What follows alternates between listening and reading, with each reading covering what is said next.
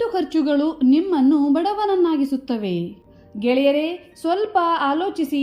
ನೀವು ಹಗಲು ರಾತ್ರಿ ಶ್ರಮವಹಿಸುತ್ತೀರಿ, ಆದರೂ ತಿಂಗಳ ಕೊನೆಯ ತನಕ ನಿಮ್ಮ ಜೇಬು ಖಾಲಿಯಾಗಿರುತ್ತದೆ. ಯಾಕೆ ಎಂದು ಎಂದಾದರೂ ಆಲೋಚಿಸಿದ್ದೀರಾ? ವಾಸ್ತವವಾಗಿ ನಿಮ್ಮ ಜೀವನದಲ್ಲಿ ಇಂತಹ 8 ಗುಪ್ತವಾದ ಖರ್ಚುಗಳಿವೆ. ಅದು ಸದ್ದಿಲ್ಲದೆ ನಿಮ್ಮ ಆದಾಯವನ್ನು ತಿಂದು ಹಾಕುತ್ತಿದೆ. ನಿಮಗೆ ಅನಿಸಿರಬಹುದು ಹಣದ ಮೇಲೆ ನಿಮ್ಮ ಕಂಟ್ರೋಲ್ ಇದೆ ಎಂದು. ಆದರೆ ತೂತಾಗಿರುವ ಬಕೆಟು ಮತ್ತು ನಿಮ್ಮ ಜೇಬು ಎರಡಕ್ಕೂ ಏನೂ ವ್ಯತ್ಯಾಸವಿಲ್ಲ. ಇದನ್ನು ನೀವು ಅಲ್ಲಗೆಳೆಯುವಂತಿಲ್ಲ. ವಾರನ್ ಬಫೆಟ್ನಂತಹ ಜಗತ್ತಿನ ಅಗರ್ಭ ಶ್ರೀಮಂತರು ಏನು ಹೇಳುತ್ತಾರೆ ಅಂದರೆ, ನಿಮ್ಮ ಖರ್ಚಿನ ಮೇಲೆ ಕಂಟ್ರೋಲ್ ಇಲ್ಲದಿದ್ದರೆ ನೀವು ಕೋಟಿ ಗಳಿಸಿದರೂ ಕೂಡ ಬಡವರಾಗಿಯೇ ಉಳಿಯುತ್ತೀರಿ. ಯಾಕೆಂದರೆ ನಿಜವಾದ ಶ್ರೀಮಂತಿಕೆ ಎಂದರೆ ಹೆಚ್ಚು ಗಳಿಸುವುದಲ್ಲ, ಬದಲಾಗಿ ಅನವಶ್ಯಕ ಖರ್ಚುಗಳನ್ನು ನಿಲ್ಲಿಸುವುದಾಗಿದೆ. ಇವತ್ತಿನ ವಿಡಿಯೋದಲ್ಲಿ ನಾವು ತಿಳಿದುಕೊಳ್ಳೋಣ, ನೀವು ಕಷ್ಟಪಟ್ಟು ಸಂಪಾದಿಸಿದ ಹಣವನ್ನು ತಿಂದು ಹಾಕುವ ಆ 8 ಖರ್ಚುಗಳ ಬಗ್ಗೆ. ಬನ್ನಿ ತಿಳಿದುಕೊಳ್ಳೋಣ.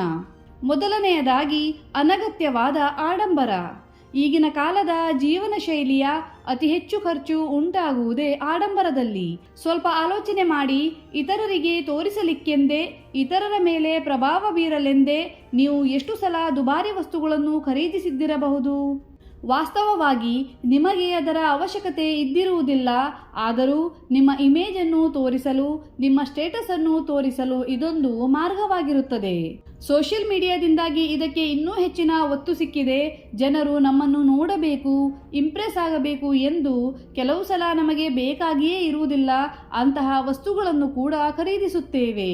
ಆದರೆ ನೆನಪಿರಲಿ, ಫೇಸ್ಬುಕ್, ಇನ್ಸ್ಟಾಗ್ರಾಮ್ನ ಲೈಕ್ಸ್ಗಳು ಎಂದಿಗೂ ನಿಮ್ಮ ಬ್ಯಾಂಕ್ ಅಕೌಂಟ್ನಲ್ಲಿ ಬರುವುದಿಲ್ಲ. ಅದು ಕೇವಲ ಕೆಲವು ಹೊತ್ತಿನ ಖುಷಿಯನ್ನಷ್ಟೇ ಕೊಡುತ್ತದೆ. ಆದರೆ ಸಾಲ, ಖರ್ಚಿನ ಭಾರ ಹಲವಾರು ವರ್ಷಗಳ ತನಕ ನಿಮ್ಮ ಜೇಬನ್ನು ಕತ್ತರಿಸುತ್ತದೆ. ನಿಜವಾದ ಆಟವೆಂದರೆ ಈ ಖರ್ಚುಗಳು ನಿಧಾನವಾಗಿ ನಿಮ್ಮ ಅಭ್ಯಾಸವಾಗಿ ಮಾರ್ಪಡುತ್ತವೆ.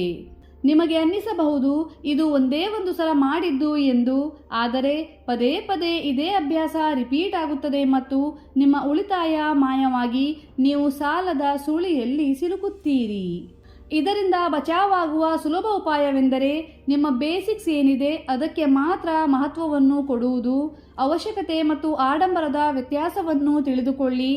ಎಲ್ಲಿ ನಿಜವಾದ ಲಾಭವಿದೆಯೋ ಅಲ್ಲೇ ಹಣವನ್ನು ಖರ್ಚು ಮಾಡಿ, ನಿಮ್ಮ ಸ್ಕಿಲ್ಸ್, ನಿಮ್ಮ ಬಿಸ್ನೆಸ್ ಮತ್ತು ನಿಮ್ಮ ಭವಿಷ್ಯದಲ್ಲಿ.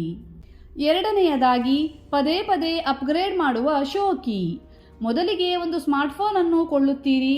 ಸ್ವಲ್ಪ ಸಮಯದ ನಂತರ ಹೊಸ ಮಾಡೆಲ್ ಬರುತ್ತಿದ್ದಂತೆ ನಿಮಗೆ ಇದ್ದ ಫೋನಿನ ಮೇಲೆ ಬೇಸರ ಮೂಡುತ್ತದೆ. Mobile phone, laptop, TV, bike ಪ್ರತಿಯೊಂದು ವಸ್ತುಗಳನ್ನು ಹೊಸ ತರುವ ಶೋಕಿಯಲ್ಲಿ ಹಳೆಯ ವಸ್ತುಗಳು ವೇಸ್ಟ್ ಎನ್ನುವಂತೆ ನಡೆದುಕೊಳ್ಳುತ್ತೀರಿ.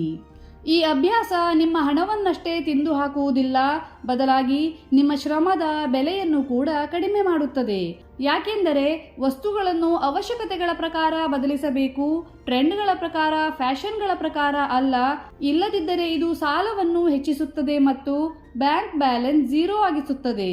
ನೆನಪಿರಲಿ, ಹೊಸ ವಸ್ತುಗಳು ಯಾವಾಗಲೂ ಅವಶ್ಯಕವಾಗಿರುವುದಿಲ್ಲ. ಹಳೆಯ ವಸ್ತುಗಳಿಂದಲೂ ನಮ್ಮ ಅವಶ್ಯಕತೆ ಪೂರೈಕೆಯಾದರೆ ಯಾಕಾಗಬಾರದು, ಅಲ್ಲವೇ? ಮೂರನೆಯದಾಗಿ, ಇತರರಿಗೋಸ್ಕರ ಅನಾವಶ್ಯಕ ಖರ್ಚು ಮಾಡುವುದು. ಜನರು ನಮ್ಮನ್ನು ಇಷ್ಟಪಡಬೇಕು ಎಂದು ಎಲ್ಲರೂ ಬಯಸುತ್ತಾರೆ. ನಮಗೆ ಗೌರವ ಕೊಡಬೇಕು, ನಮ್ಮ ಬಗ್ಗೆ ಒಳ್ಳೆಯ ಮಾತನಾಡಬೇಕು ಎಂದು. ಆದರೆ ಈ ನಿರೀಕ್ಷೆಯಲ್ಲಿ ಎಷ್ಟೋ ಸಲ ನಮ್ಮ ಜೇಬಿನ ಪರಿಸ್ಥಿತಿಯನ್ನೇ ಮರೆತು ಬಿಡುತ್ತೇವೆ. ನೀವೇ ಒಮ್ಮೆ ಆಲೋಚನೆ ಮಾಡಿ, ನಿಮ್ಮ ಸಂಬಂಧಿಕರ ಅಥವಾ ನಿಮ್ಮ ಗೆಳೆಯರ ಸಮಾರಂಭಗಳಿಗೆ ದುಬಾರಿ ಗಿಫ್ಟ್ಗಳನ್ನು ಕೊಟ್ಟು ತಿಂಗಳುಗಳ ತನಕ ಅದರಿಂದ ಕೈಖಾಲಿ ಮಾಡಿಕೊಂಡು ಕುಳಿತಿದ್ದಿದೆ. ಜನರನ್ನು ಖುಷಿಪಡಿಸುವ ಅಭ್ಯಾಸ ಎಷ್ಟಿರುತ್ತದೆ ಅಂದರೆ, ಮೊದಲೇ ಕೈಯಲ್ಲಿ ದುಡ್ಡಿಲ್ಲದಿದ್ದರೂ ಇಲ್ಲ ಎಂದು ಹೇಳಲು ಆಗದೆ ಏನು ಅಂದುಕೊಳ್ಳುತ್ತಾರೋ ಎಂದು ಸಾಲ ಮಾಡಿಯಾದರೂ ಗಿಫ್ಟ್ಗಳನ್ನು ಕೊಡುತ್ತೇವೆ. ಇತರರನ್ನು ಖುಷಿಪಡಿಸುವುದು ತಪ್ಪಲ್ಲ, ಆದರೆ ನಮ್ಮ ಆರ್ಥಿಕ ಪರಿಸ್ಥಿತಿಯನ್ನು ಹಾಳು ಮಾಡಿಕೊಂಡು ಇತರರ ಮನಸ್ಸು ಗೆಲ್ಲುವುದು ಬುದ್ಧಿವಂತಿಕೆಯಲ್ಲ. ನಿಜವಾದ ಸಂಬಂಧಗಳು ನಿಮ್ಮ ನಿಯತ್ತು ಮತ್ತು ಸತ್ಯತೆಯ ಮೇಲೆ ನಿಂತಿರುತ್ತದೆ, ನಿಮ್ಮ ಗಿಫ್ಟಿನ ಮೌಲ್ಯದ ಮೇಲಲ್ಲ. ಯಾರಿಗಾದರೂ ಪ್ರೀತಿ ಮತ್ತು ಗೌರವವನ್ನು ತೋರಿಸಲೇಬೇಕಾದರೆ ಹಣ ಒಂದೇ ದಾರಿಯಾಗಿರುವುದಿಲ್ಲ. ನಿಮ್ಮ ಸಮಯ, ನಿಮ್ಮ ಸಹಾಯ ಮತ್ತು ಉತ್ತಮ ಮಾತುಗಳು ಹಣಕ್ಕಿಂತ ಜಾಸ್ತಿ ಮೌಲ್ಯಯುತವಾಗಿರುತ್ತದೆ. ಉದಾಹರಣೆಗೆ, ಗೆಳೆಯರ ಮದುವೆಗೆ ದುಬಾರಿ ಗಿಫ್ಟ್ಗಳನ್ನು ಕೊಡುವ ಬದಲು ಅವರ ಮದುವೆಯ ಓಡಾಟದಲ್ಲಿ ಸಹಾಯ ಮಾಡಿದರೆ ಅದನ್ನು ಅವರು ಜೀವನ ಪರ್ಯಂತ ನೆನಪಿಡುತ್ತಾರೆ. ನೀವು ಕೊಟ್ಟ ಗಿಫ್ಟನ್ನಾದರೂ ಮರೆಯಬಹುದು, ಆದರೆ ನೀವು ಮಾಡಿದ ಸಹಾಯವನ್ನು ಅವರು ಎಂದಿಗೂ ಮರೆಯುವುದಿಲ್ಲ. ಹಣದ ವಿಷಯದಲ್ಲಿ ಇಲ್ಲ ಎಂದು ಹೇಳುವುದು ಅವಶ್ಯಕವಾಗಿದೆ. ಪ್ರಾರಂಭದಲ್ಲಿ ನಿಮಗೆ ಅನಿಸಬಹುದು ಅವರಿಗೆ ಬೇಸರವಾಗುತ್ತದೇನೋ ಎಂದು, ಆದರೆ ನಿಜವಾದ ಗೆಳೆಯರಾದರೆ ಅವರು ನಿಮ್ಮ ಪರಿಸ್ಥಿತಿಯನ್ನು ಅರ್ಥ ಮಾಡಿಕೊಳ್ಳುತ್ತಾರೆ. ವಾರನ್ ಬಫೆಟ್ರ ಪ್ರಕಾರ ಅನಾವಶ್ಯಕ ಖರ್ಚುಗಳನ್ನು ಯಾರು ತಡೆಯೋದಿಲ್ಲವೋ ಅಂಥವರು ಶ್ರೀಮಂತರಾಗಲು ಎಂದೂ ಸಾಧ್ಯವಿಲ್ಲ. 4ನೇಯದಾಗಿ, ಆಲೋಚನೆ ಇಲ್ಲದೆ ಖರೀದಿಸುವುದು. ಗೆಳೆಯರೇ, ಈ ಖರ್ಚು ನಿಮಗೆ ಚಿಕ್ಕದು ಅನಿಸಬಹುದು, ಆದರೆ ಇದೇ ನಿಮ್ಮ ಜೇಬಿಗೆ ದೊಡ್ಡ ಹೊಡೆತ ಕೊಡುತ್ತದೆ. ಉದಾಹರಣೆಗೆ, ನೀವು ಸೋಪನ್ನು ತರಲು ಮಾರ್ಕೆಟಿಗೆ ಹೋಗುತ್ತೀರಿ, ಆದರೆ ಬರುವಾಗ ಅದರ ಜೊತೆಗೆ ಕೋಲ್ಡ್ ಡ್ರಿಂಕ್ಸ್, ಚಿಪ್ಸ್ ಮತ್ತು ಇತರ ತಿಂಡಿ ತಿನಿಸುಗಳಂತಹ ಎಷ್ಟೋ ಅನವಶ್ಯಕ ವಸ್ತುಗಳನ್ನು ಕೂಡ ತಂದು ಬಿಡುತ್ತೀರಿ. ಇದೇ ಆಗಿದೆ ಆಲೋಚನೆ ಇಲ್ಲದೆ ಖರೀದಿಸುವುದು. ದುಡ್ಡು ಮಾಡಲಿಕ್ಕೆ ಅಂತಾನೆ ಈ ಕಂಪನಿಗಳು ಹುಟ್ಟಿಕೊಂಡಿರುತ್ತವೆ. ಒಂದಕ್ಕೆ ಒಂದು free, flash sale, clearance sale ಅಂತೆಲ್ಲ ಹೇಳಿ ನಿಮಗೆ ಅವಶ್ಯಕತೆ ಇಲ್ಲದಿದ್ದರೂ ಕೂಡ ಕಡಿಮೆ ದುಡ್ಡಿಗೆ ಸಿಗುತ್ತದೆ ಎಂದು ತೆಗೆದುಕೊಂಡು ಬರುತ್ತೀರಿ. ಎಷ್ಟೋ ಸಲ ನಮಗೆ ಆ ಸಮಯದಲ್ಲಿ ಅವಶ್ಯಕತೆ ಇಲ್ಲದಿರುವ ವಸ್ತುಗಳನ್ನು ಕೂಡ ಖರೀದಿಸಿ ಬಿಡುತ್ತೇವೆ. ಯಾಕೆಂದರೆ ನಮಗೆ ಅನ್ನಿಸುತ್ತದೆ ಈಗ ಖರೀದಿಸದಿದ್ದರೆ ಒಳ್ಳೆಯ ಅವಕಾಶ ತಪ್ಪಿ ಹೋಗುತ್ತದೆ ಎಂದು. ಆದರೆ ಇಂತಹ ಅವಕಾಶಗಳೇ ನಮ್ಮ ಹಣವನ್ನು ಹಾಳು ಮಾಡುತ್ತವೆ. ನೆನಪಿರಲಿ, ಆಲೋಚನೆ ಇಲ್ಲದೆ ಖರ್ಚು ಮಾಡಿದರೆ ನೀವು ಹಣವಂತರಾಗಲು ಸಾಧ್ಯವೇ ಇಲ್ಲ. ಹಾಗೆ ಯಾವುದೇ ವ್ಯವಹಾರವಿರಲಿ ಅದನ್ನು ನಗದು ರೂಪದಲ್ಲೇ ಮಾಡಲು ಪ್ರಯತ್ನಿಸಿ.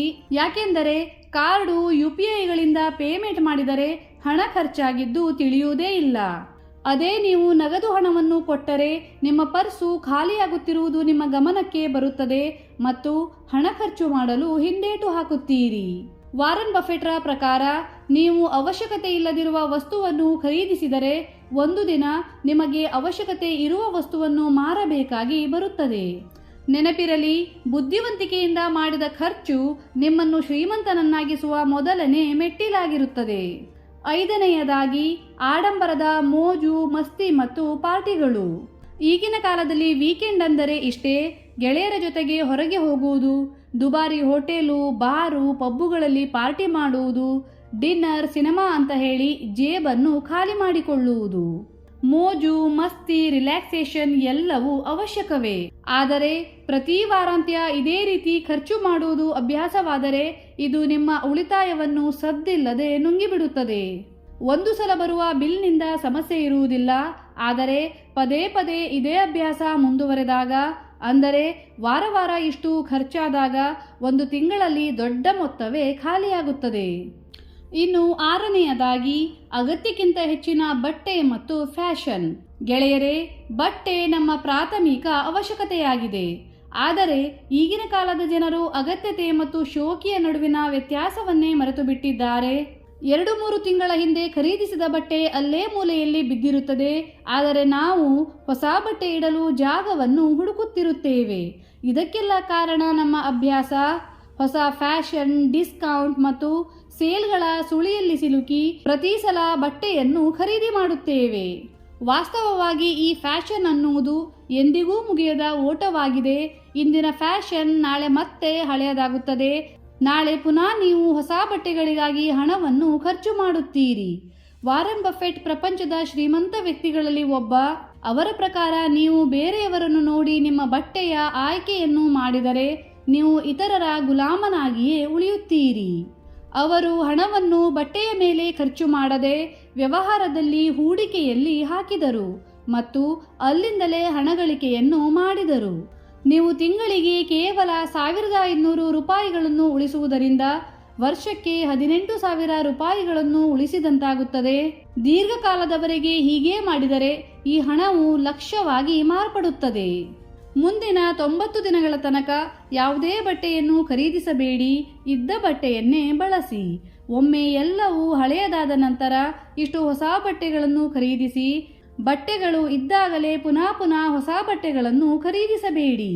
ಇದರಿಂದ ನಿಮ್ಮ ಹಣವೇ ಉಳಿಯುತ್ತದೆ. ಗೆಳೆಯರೇ, ಹಣ ಉಳಿಸುವುದು ಒಂದು ಕಲೆ, ಅದನ್ನು ಕರಗತ ಮಾಡಿಕೊಳ್ಳಿ. 7ನೇಯದಾಗಿ, ಪದೇ ಪದೇ ಹೊರಗಡೆ ತಿನ್ನುವ ಮತ್ತು ಫುಡ್ ಆರ್ಡರ್ ಕೊಡುವ ಅಭ್ಯಾಸ. ಗೆಳೆಯರೇ, ಈಗಿನ ಕಾಲದ ಈ ಬ್ಯುಸಿ ಶೆಡ್ಯೂಲ್ನಲ್ಲಿ ಮನೆಯಲ್ಲಿ ಅಡುಗೆ ಮಾಡುವುದೆಂದರೆ ಈ ನಗರವಾಸಿಗಳಿಗೆ ಕಷ್ಟದ ಕೆಲಸವಾಗಿದೆ. ಆದರೆ ಸ್ವಿಗ್ಗಿ ಮತ್ತು ಝೊಮ್ಯಾಟೊಗಳಿಂದ ಫುಡ್ ಆರ್ಡರ್ ಕೊಡುವುದು ಬಹಳ ಸುಲಭದ ಕೆಲಸವಾಗಿದೆ. ಒಮ್ಮೆ ಆಲೋಚಿಸಿ, ವಾರದಲ್ಲಿ 2ರಿಂದ 3 ಸಲ ಸ್ವಿಗ್ಗಿ ಝೊಮ್ಯಾಟೊದಿಂದ ಫುಡ್ಡನ್ನು ತರಿಸಿದರೆ ಇದೇ ರೇಷಿಯೋ ಒಂದು ತಿಂಗಳಿಗೆ ಎಷ್ಟಾಗಬಹುದು, ವರ್ಷಕ್ಕೆ ಎಷ್ಟಾಗಬಹುದು ಎಂದು.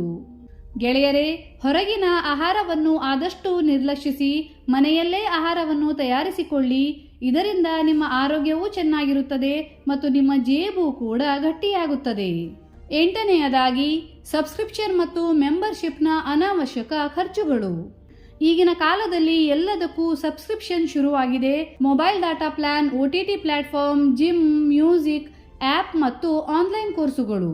ವಾಸ್ತವವಾಗಿ ಇವುಗಳಲ್ಲಿ ಮೊಬೈಲ್ ಡಾಟಾ ಒಂದನ್ನು ಬಿಟ್ಟು ಉಳಿದವನ್ನು ಯಾರೂ ಕೂಡ ಸರಿಯಾಗಿ ಬಳಸುವುದೇ ಇಲ್ಲ. ಕೆಲವು ಸಲ ತಿಂಗಳುಗಟ್ಟಲೆ ಆ ಆ್ಯಪ್ ಅನ್ನು ಓಪನ್ ಮಾಡದೇ ಇದ್ದರೂ ಕೂಡ ನಿಮ್ಮ ದುಡ್ಡು ಕಟ್ಟಾಗುತ್ತದೆ.